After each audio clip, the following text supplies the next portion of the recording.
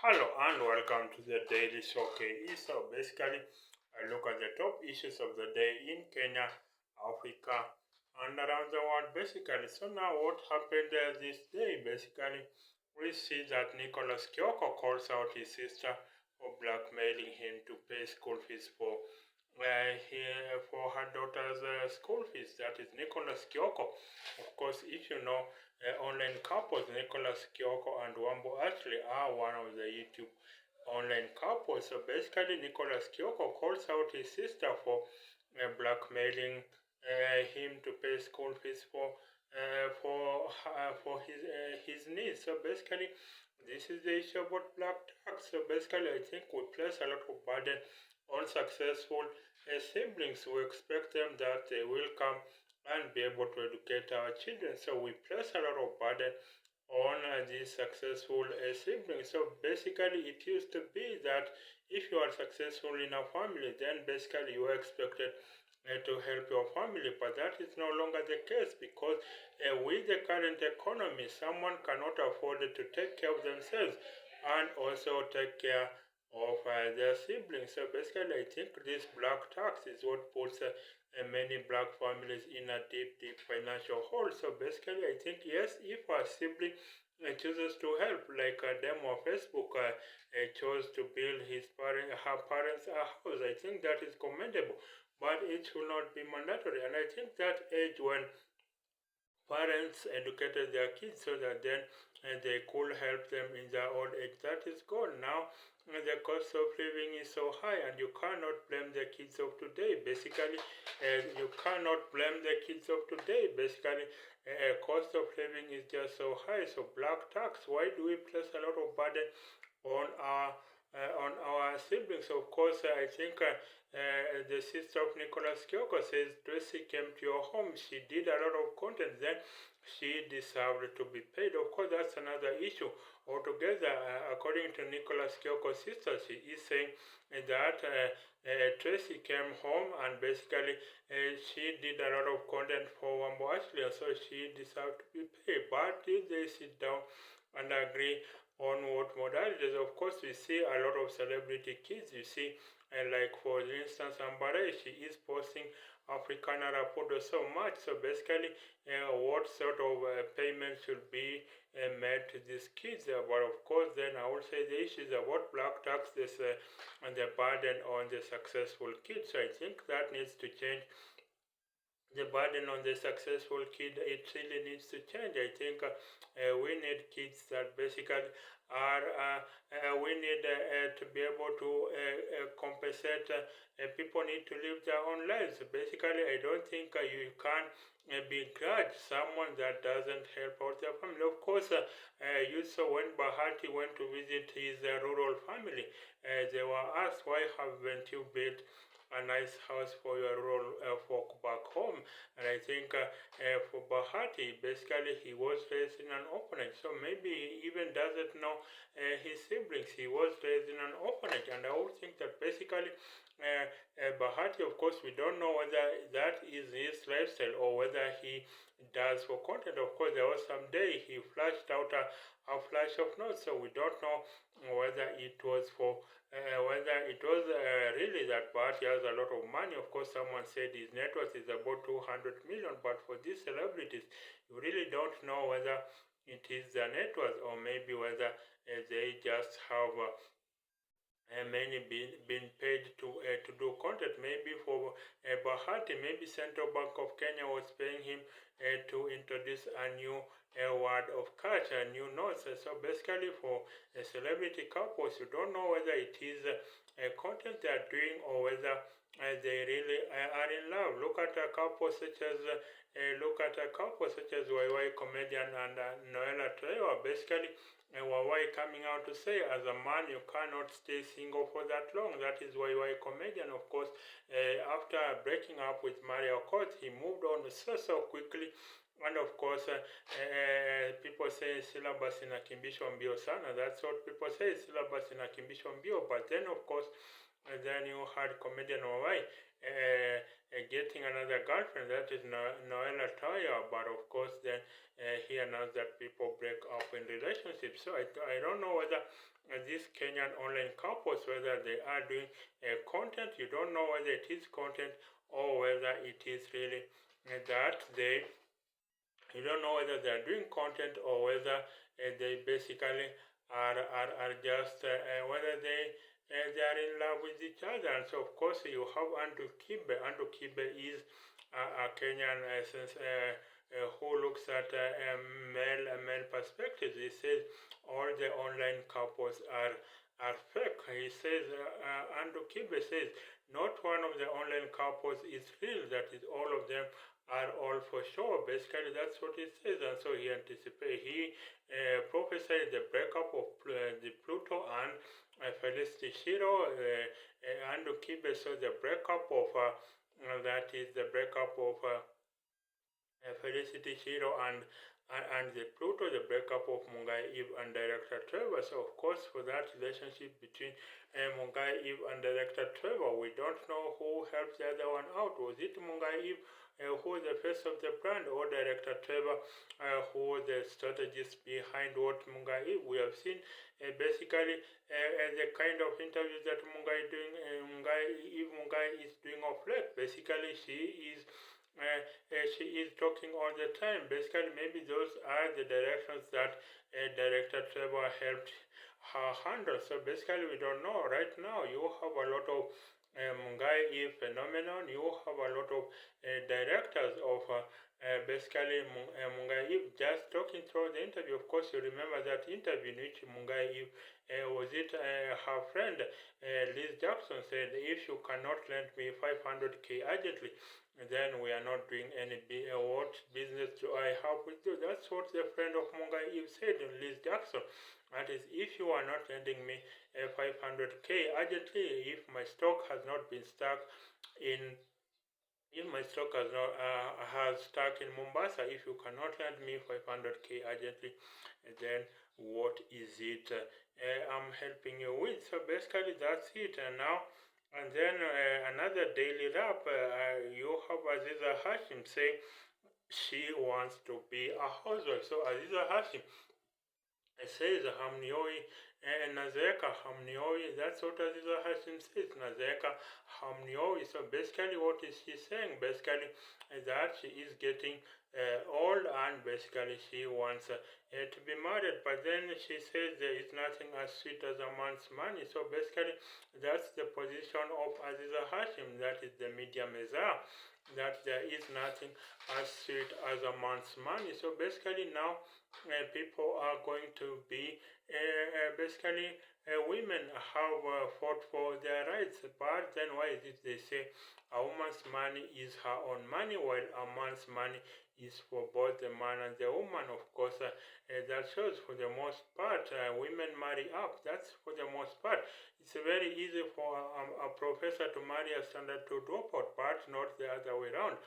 Not a professor woman and female professor to marry a standard 2 dropout, but for a man he could marry a standard 2 dropout, and that is why I would say that maybe men were created to be providers, and so this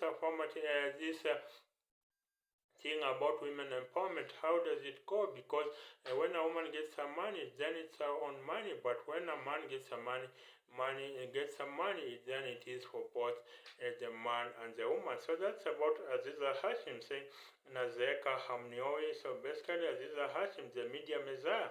Of course, she now is at 10 over 10 at Citizen TV, and of course she says Nazeka Hamnioi. So basically, why are you not marrying me? She says there is nothing as sweet as there's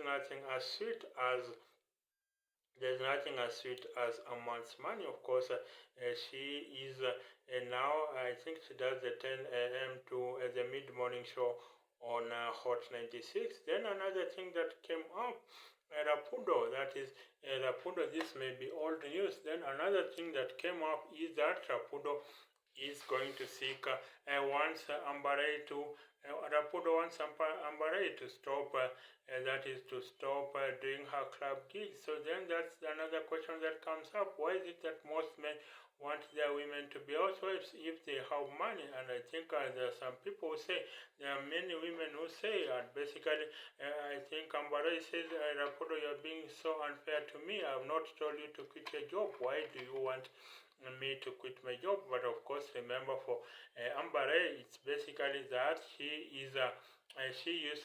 hosts club gigs. She hosts club gigs, and basically for Ambare, then it's about for maybe for Rapudo, it's about the image that is a homemaker cannot do club gigs. But of course, then some say Ambare is one of the streets. Some will say that Ambare is one of the streets. So that's it that came up.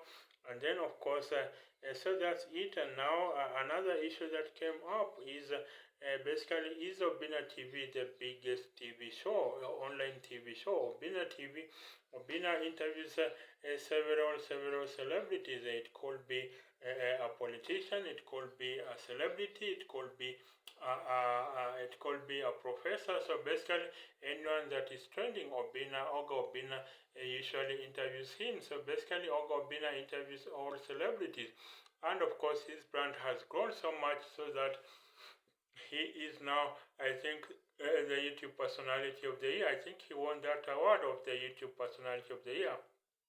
But for Obinna, remember, it's just the front. Basically, he doesn't get paid much from YouTube. Remember, the CPM rates of YouTube are very low. So basically, Obinna gets paid through maybe the corporate MC gigs that he does. Maybe he commands about 400,000 shillings per gig, and so that's how he gets to be paid. And of course, he is also the brand ambassador of some brands. Maybe Mozart Bet, maybe Mozart Bet, maybe I think another one is Zinco Mobati, and of course some other some other media college. So Oga Obinna basically is riding high. Remember, there was a time he was trying out with the Kula Kula show, but it was not going anywhere. So that's how Oga Obinna really came out to. That's how Oga Obinna came out. He has really grown from the trenches. He has been to the trenches. Basically, from telling comedy in clubs, he did club comedy. So basically, he used to be paid about 200 shillings per night and maybe some few drinks. So you can't see he has come from far. And then he launched his Kula Kula show, then went to work for Kiss FM, demanded a salary increase, but they told him, no, we cannot give you a salary increase. So that's how Oga Obinna came to the limelight. So that's it. Then what else are we going to do? And then the other issue that popped out, the release of the KCSE results, that is the release of the KCSE results. So basically, about 25% of the candidates scored above grade C+. So you can imagine 25% of the candidates scored above grade C+. So basically, these are people that this means that 246,000 students qualified for admission to our university. So that's 246,000 students. But the question is, are there jobs for them after they leave school? Are there jobs for them after they leave school? So basically, that's the question we need to be asking. Are there jobs for these people after they leave school? And I think that's why basically we need an education system that trains on creativity and innovation. We are just training students to be able to pass exams. That's the only thing we are doing. We are just training students to be able to pass exams. But of course, CBC came with the notion that it wants to develop talents of students. And I think CBC came along and basically, but there is no money to effect the changes in the CBC curriculum. So basically, you have a lot of people going to people going for white collar jobs. But what happened to skills such as carpentry, masonry, welding, maybe some other skills are wiring. So what happened to that? So a lot of technical colleges were closed up, and so they were elevated to be universities. But basically, how are these students able to compete on the job market? Can Kenyans compete on the job market? Basically, we need to be developing talents. Look at American students. Basically, they finish last in international tests, but they have produced Google. America is the home of Google, the home of Facebook, the home of YouTube, and the home of X. Basically, all these companies, the home of Tesla, all these companies are coming out of America. So basically, that's because the education system emphasizes creativity and innovation, nothing else. The education system emphasizes creativity and innovation. That's why I say that basically the system we need to be to develop right now is one where people will be able to create jobs, not just be job seekers, but job creators. But that will mean that then we need to be able to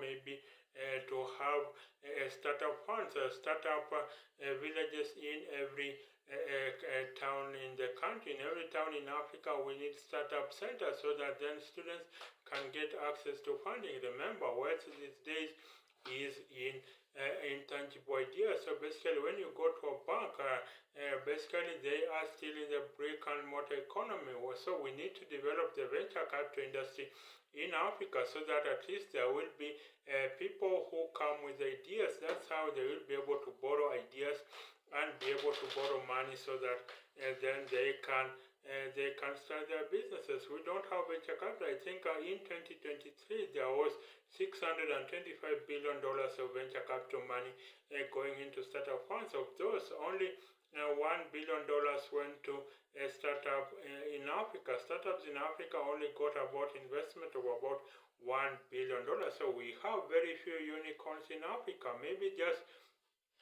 We have very few unicorns in Africa. Maybe just, I think, Flutterwave, that's a fintech, maybe just Flutterwave alone. We have very few unicorns. A unicorn is $1 billion valued company. So a unicorn is $1 billion valued company. So we have very few of those in Africa. So we need to be able to make sure that we have lots and lots of that is unicorns in Africa. That's the only way we are going to create the jobs in Africa, because really it shouldn't be that an anomaly that it is an anomaly for an African to own a multi-billion-dollar company. It shouldn't be an anomaly for an African to own a multi-billion-dollar company.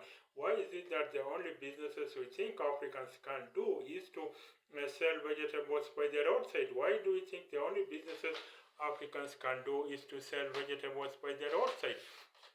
Or maybe to hawk fruits, to hawk clothes. Why not have a multi-billion-dollar company? Look at our richest person, Aliko Dangote, is worth about $10 billion. So that's why I say, basically in Africa, the way to get rich then is not through hard work. So when these KCSE results are released, you see doctors doctors being bus drivers, engineers selling eggs on the street. Then you see a politician, basically you see a politician who has looted public funds, has billions without having any product or service. So basically these are politicians that are looting billions, but they don't have any product or service they are selling. So basically that's why things are not working in Kenya. That's why things are not working in Africa, because richest people are not the creative geniuses. Our richest people are not the creative geniuses. They are not our richest people are not the really talented, the really skilled, the really creative genius. Our richest people are the politicians. Basically, the way to get rich in Africa is just be close to power. Be close to power. Steal as much resources as you can. Steal as much resources as you can. That's the way to get rich in Africa. Don't invest in talent. Don't invest in a new product or service. Just go to politics, and that's how you make money. So that's how Africans become rich. And I think even though Forbes magazine lists Aliko Dangote as Africa's richest man, but they just haven't done their homework well. Even though Forbes magazine lists Aliko Dangote as Africa's richest man, I don't think they have done their homework well. The thing is that the real thing is that the richest people in Africa are our politicians. So when these brands KCSE, when they see that their grades have no meaning, when their qualification have no meaning, what do? They leave the country. They seek greener pastures. Not remember our education system at least is still watertight. So basically, they can't get jobs abroad. They become engineers. Look at all the top students that top the Form 4 exam. They go and study in universities abroad. They get full scholarships. Universities such as Harvard, I think, it has an endowment fund of about $53 billion. That's how endowed Harvard is. That's $53 billion. So that means it can skim off the best and brightest talent from across the world. So that's Harvard. It can skim off the best and brightest talent around the world, and that is why America is at the absolute bleeding edge of innovation, because it is able to skim talent from all over the world. So basically, what I would hope is that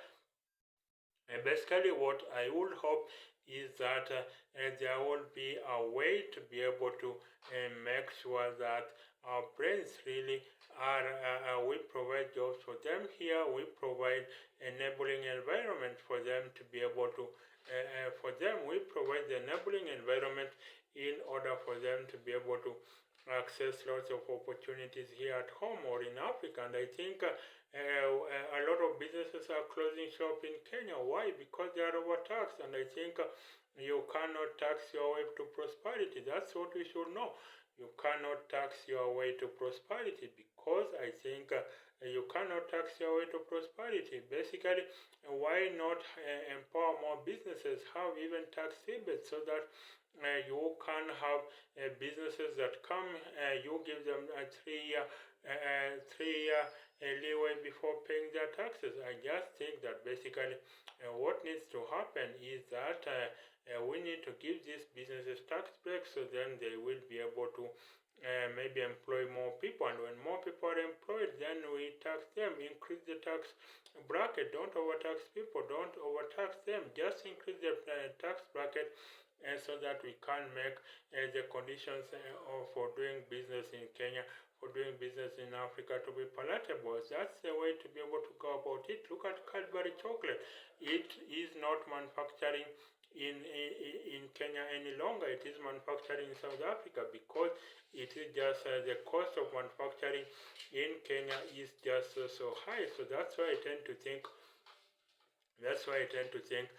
that we just need to be able to empower our business people. So basically, that's it. That's the top brains will not get jobs here in Africa. They will not get jobs here in Africa. Basically, they will get jobs in maybe in overseas countries, and that will mean they will go and help those countries. I think about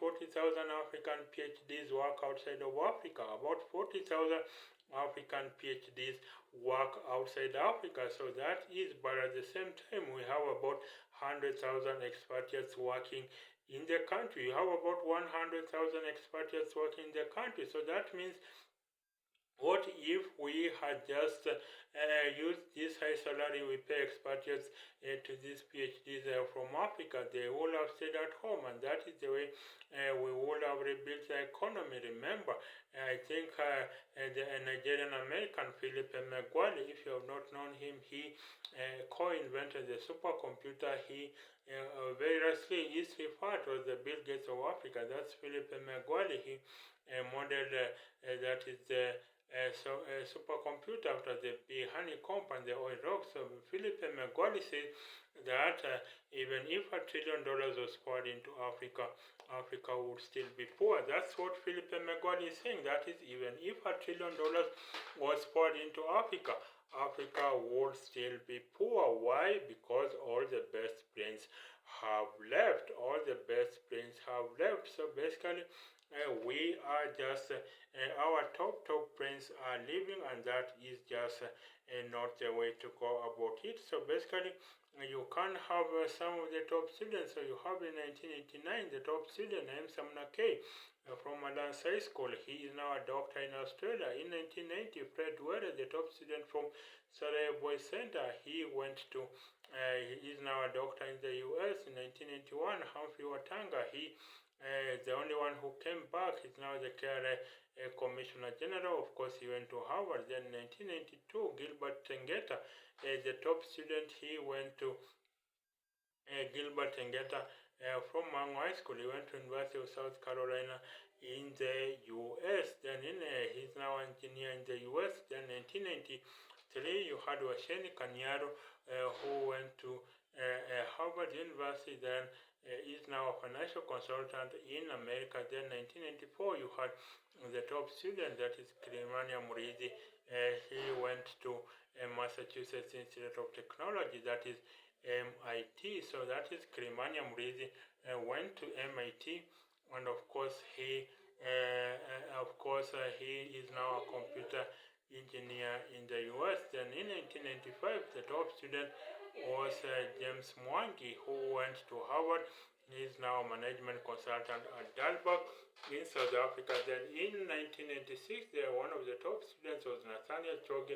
He went to that is Harvard University, and now he is a financial consultant in America. In 1997, you had Mwashuma Nyata as the top student. He from the Alliance High School, he went to that is he went to Harvard University, and now became a Rhodes Scholar and is now a financial consultant with Dalberg. With SoftBank in 1998, the top student was Timothy Zairu. He went to he went on a full scholarship to Harvard University. He is now an engineer at Microsoft. Then in 1999, the top student was in 1999 the top student was Samuel Gikandi, who went to Massachusetts Institute of Technology. He was from that is MIT, from Alliance High School. He went to MIT. Then in 2000, the top student was Dati Champanti. He went to he went to University of Adelaide, basically from Mango High School. Then in 2001, the top student was basically that is Amit Monga from Starey Boys Center. He went to McGill University, and in 2002, the top student was Paul Bondi from Kenya Kine High School. He is the only one who studied in the country. He went to the University of Nairobi to study medicine, and now he is a doctor and a motivational speaker. So you can see that our top students usually live for greener pastures. Then in 2005, the top student was James Candiero Teach from Moy High School, Kabarak. Then he went to MIT, Massachusetts Institute of Technology. He is now a computer engineer at Google. Then in 2006, the top student was Herman Mutiso from the Alliance High School. He went to MIT, but he got a scholarship from both Harvard and MIT, but he chose MIT instead. So basically, he will. I think that's the year Harvard did not pick. The following year, Harvard did not pick a student from the Alliance High School. So that shows you a school deep in Rift Valley.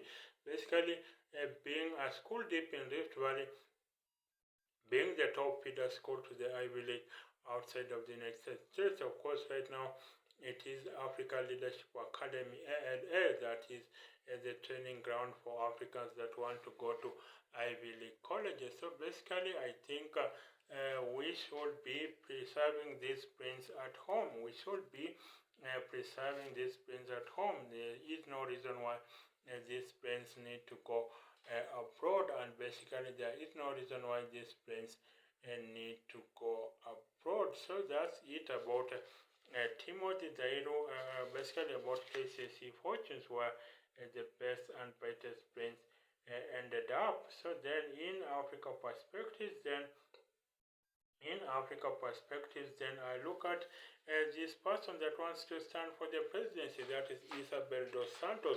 So Isabel dos Santos wants to stand for the presidency of Angola. Remember, she is the once Africa's richest woman, that is Isabel dos Santos.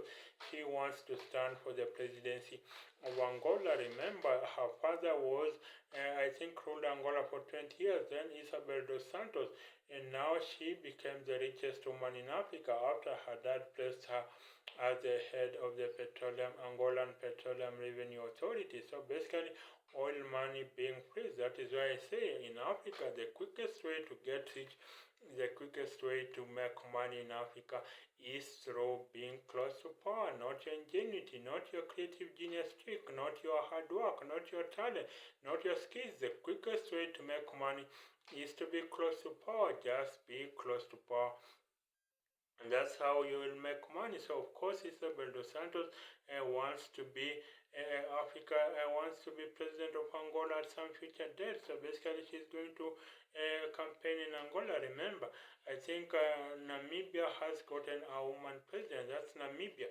Namibia now has a woman president, Netundo Ndaitwa and Nandi Ndaitwa. That is Netundo Nandi Ndaitwa is the first female president of Namibia. So basically, it's just about Isabel dos Santos wanting to stand for the presidency of America, of Angola. So basically, we're going to be watching over that and see what will really come out of that. And then another issue is about another swearing in ceremony of Ghanaian President John Mahama. So Ghanaian President John Mahama has been sworn in for another term. So John Mahama wants to be the president of once was the president who lost the election, then came back. So I think he is the only African president to win two non-consecutive terms. That is President John Mahama. He is the only African president to win two non-consecutive terms. So what does this mean? What does this mean? So basically, I think politics in Africa is just fraud. Our political parties are just mere election vehicles. They're just mere election vehicles. They just used to win elections. Basically, they are mere election vehicles. So we don't have issue-oriented politics in Africa. These elections organized around tribes. So basically, if you bring your tribe here, if you that is if this electoral candidate has the same surname as mine, then I will vote them in, no matter how bad they are as a candidate, because they come from my tribe, and we vote based on tribe, and that's why then you have politics being disputed, because it is a matter of life and death, because elections are about tribe, and resources are distributed by the presidency depending on how they voted in the presidential election. So basically, I just think that we vote based on tribe. But again, the fact that Ghana has held constant elections, that Ghana has held credible elections, but then it's still in debt distress. So that shows you that debt basically elections do not lead to economic growth. Basically, democracy does not lead to economic growth. That is why we need far-sighted leaders. Maybe someone says that Africa needs benevolent dictators. That's what someone says, that Africa needs benevolent dictators, maybe like the dictators of Asia, basically to be strong men. So be authoritarian, yes, but make your people economically prosperous. That's what the likes of Lee Kuan Yew did in Singapore. He transformed Singapore from a port city, from a dilapidated port city, to a global metropolis of finance and commerce. And that's how Lee Kuan Yew is a lot of development economists view him as some sort of a hero. That is Lee Kuan Yew, for transforming Singapore from a third world country to first world country within a generation. Within just 25 years, he was able to transform Singapore from third world country to first world country. He was authoritarian, yes. Lee Kuan Yew was authoritarian, yes. Lee Kuan Yew was essentially authoritarian, but what did he do? He basically brought economic fortunes to his people, so they couldn't excuse that.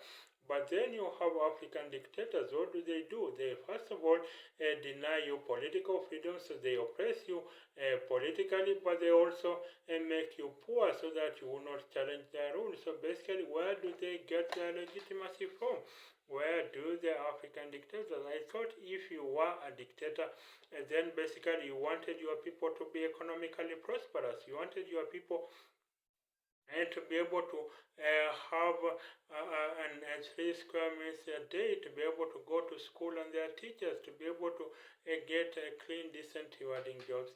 And that is why I think that basically we have dictators that, first of all, take away your political freedoms and also take away your financial freedom, take away and make you poor. So essentially, these dictators, they have no legitimacy at all. That's why you see someone like Paul Biya of Cameroon. He is going for a seventh term, so he wants to run for office for a seventh term. That's Paul Biya of Cameroon. So what is it with African leadership that you have these dictators wanting to run for and over? And of course, Paul Biya is not even in Cameroon. He runs the country from France. So basically, you have Paul Biya running the country, running Cameroon from France. Remember, he has been in power for 42 years, and of course, before that, he was a prime minister for 7 years. So you can imagine how Africa has bad leaders. So these people, I think Africa needs a revolution of ideas. We need a movement. We don't need.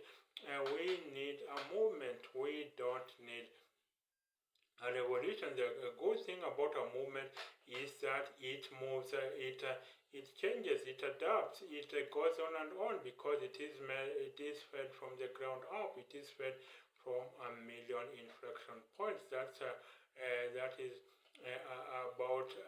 that is just about a movement. But then the bad thing about a revolution is that a revolution, when you chop off the head of the revolutionary, then the movement, basically the revolution will amount to naught. So that's it about that is Isabel dos Santos wanting to run for the presidency of Angola. Then in America, I think you have President Trump. He becomes the first convicted felon to be elected president. So basically, you have President Trump becoming the first convicted felon to be elected president. And I don't think that borders well. I think Kamala Harris ran on a platform of preserving American democracy. Then you have President Trump running on the platform of that is renewing the economy. Remember, when voters attribute wage increase as a result of their own effort, but they attribute high prices of goods to they attribute high prices of goods to a failure by the president. So you can imagine. So I think what we need to do then is to be able to just differentiate and be able to say that enough is enough. Africa has had enough. I think democracy needs to work in America, because you have international commentators saying that America is exhibit A over failed democracy. That's what international commentators are saying, that America is exhibit A over failed democracy. So that means when President Biden wanted to hold a democracy summit, they said America is a backsliding democracy, according to a Swedish democracy advocacy group. So we'll see and how that does impact Africa. So of course, a lot of African dictators will be happy that Donald Trump will not be too hard on them, maybe as Obama was. So basically, a lot of African dictators will not be. A lot of African dictators will be happy that America, in wanting to be isolationist, will not have a very thick foreign interference. So basically, America wants to retreat from the world and focus on its own internal challenges, and that's because the biggest foreign policy challenge, at least according to a BBC commentator, the biggest foreign policy challenge of America are its own internal problems. That's according to a BBC commentator, that the biggest foreign policy challenge of America are its own internal problems, a shrinking middle class, a racial fault lines, and of course an America that has lost a lot of soft power, and that is why then the biggest foreign policy challenge for America are its own internal problems. So that's how America is going to be.